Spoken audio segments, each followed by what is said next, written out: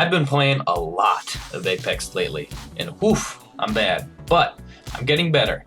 And you can use these 5 tips that I use myself to get better too. Now, this is by no means a definitive list, but I think it hits the biggest points. If you think I've missed anything, don't forget to let me know in the comments, and if you enjoyed this video, don't forget to give it a like. Now that I've got that out of the way, let's get to some advice. The first reason you're losing is because you're picking up the bad guns. Now, it would be nice if all the Apex guns were made at an equal level, but they're not. The simple reality is the charge rifle is just way better than the Mozambique. On a similar note, you're probably not equally good with all the weapons. You might be good with the wingman because you're good with point and click, but if you're not good with things that are point and click, skip the wingman, skip the longbow, skip anything that's single fire like that, and go with something with a really high fire rate where you can get bullets down range. The R99, the R301, the Havoc, guns like this are great for you if you're not awesome at aiming because you can get more bullets down range.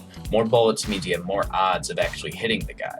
But sometimes your aim's just god awful, and even having these guns won't help you out. So for that, I suggest you find a similar game like CSGO. Then find a sensitivity converter between the two games, like in the description for that one.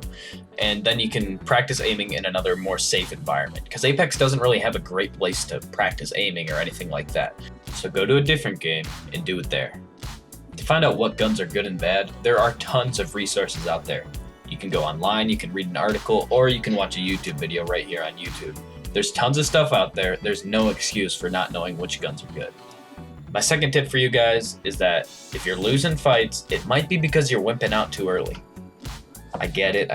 It's scary, you know? They break your shields, you want to go away. But if you broke their shields too, why not just go at them? If your shields are broken and you start to recharge them and they're coming for you, they're going to get you no matter what. Pretty much, unless their aim is absolute garbo, they're going to get you. This is a mistake tons of people make. They're even in the fight. They crack the other guy's shields, their shields are cracked too, they've maybe taken a little damage, and then they back off to heal up, and the other guy just comes at him and takes him out. If you're backing up to heal up, that guy knows you're vulnerable, and he's going to come get you. The third piece of advice is about where you drop. Now, there's not a lot of bad spots to drop in the game, as long as you drop there consistently. The number one most important thing about where you drop is that you drop there over and over and over again, so you know exactly where all that loot's gonna be. This is something you see the pros do, this is something you see your favorite streamers do. It's because it's a good thing to do. Not only do you know where the loot's gonna be, you know where to go next afterwards. Just like in athletics, having a plan helps you out. When you have a plan, you know what to do, you know how to adapt to that plan when something doesn't go quite right. Apex is the exact same way as real life sports. You can think of dropping in the same place and knowing what to do as a play. When you practice that play over and over and over again, it gets better. I'm not telling you to be one-dimensional though. You need to have 2 or 3 spots even where you can drop and you know what you're going to do after you get there. You know where to go, you know where the loot's going to be, and you have different plans depending on where the circle shows up. Ranking up and getting better at Apex is all about consistency. Making a plan and dropping in the same place every single time eliminates variables that make you perform worse. Having backup plans makes it so you don't panic when you see a ton of people jumping for that spot you're always in.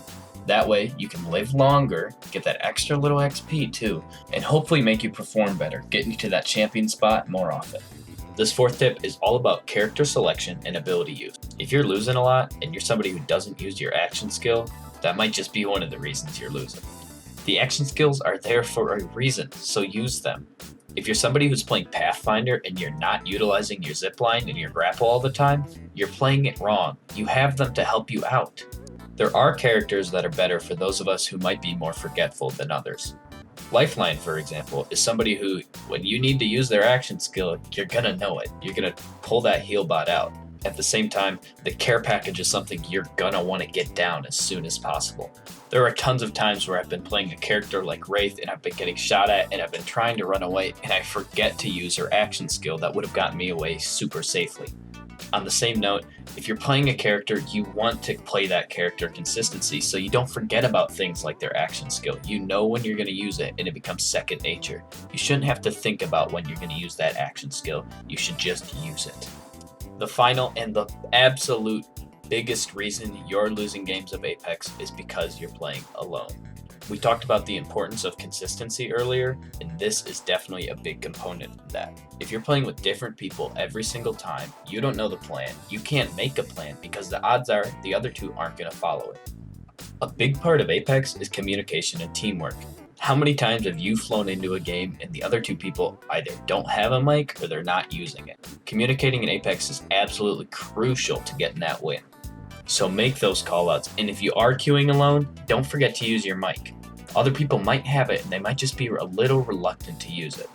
Make sure you're the one who's vocal, make sure you're making the callouts, and make sure you're helping the team get to that win. That's it for this video.